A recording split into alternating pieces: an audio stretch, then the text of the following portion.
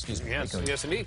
This is the time when the kids start going, hey, I want to try this thing out. Yeah. And then the parents will start getting sweaty palms, and you're like, oh. And especially spring break, they're going to experiment. You know, they're going to try things out. Sorry, I got a little frog in my voice today, so bear with me. But an interesting thing was a Pew Research study came out last year, and it said that 57% of 13 and 14-year-olds are going to use Facebook, 44% of them use Instagram, and 21% use Twitter. Okay. And so kids are doing it already, and so parents just need to be aware, and we've got some cool tips on how you can kind of help things along without the kids getting out of control. Okay, okay. So last year, CNN did this great show on being 13. They took over 7 months. They took 200 different 13-year-olds and followed them and saw what they did online. And they found ultimately that children who felt that their parents were monitoring their activity online were noticeably less distressed about some of the things that happened online, from bullying to people posting,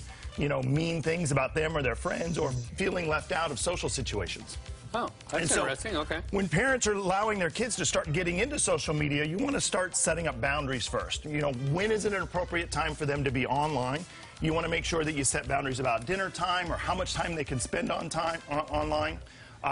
They want to tell them about, sometimes when you're online, friends are going to post mean things or they're going to say weird things, and you just want to make sure you let them know that that's going to be happening so they're prepared for it, and let them know that their behavior is important too, because friends support friends. They aren't mean to other friends, and you don't want them to accidentally bully somebody else by saying something mean about what somebody's wearing or doing.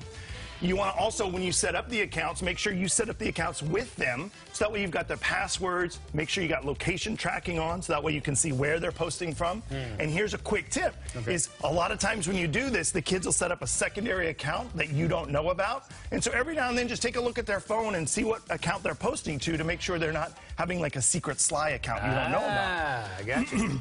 Also, when you get started, let them start with Instagram. Instagram's just a little bit easier. It's just pictures. It's much easier for them to kind of get involved with without having to worry about too much of interaction with other people. Also, sometimes on Facebook and places, there are predators. There are people that are looking for younger kids that are getting on. And so Instagram just makes it a lot easier because it's more one-way communication rather than two-way communication. Gotcha.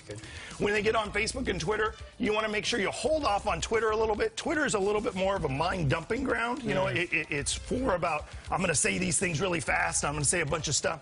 So you want to just kind of hold off on Twitter as much as you can. But when you're on Facebook, you want to find out if they're more of a lurker, where they're just kind of watching what all their friends are doing rather than interacting with their friends, and make sure that they are interacting and not just sitting there. Because here's the thing about Facebook, we all know this as adults, is it's our perfect life on Facebook. Right. But sometimes the kids don't get that, and they see all their friends having all this fun, and they're like, oh, I don't have the perfect life that Jane has, and I just don't know.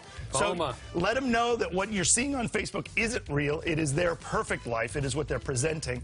But in the meantime, you want to be a lurker and watch what your kids are doing.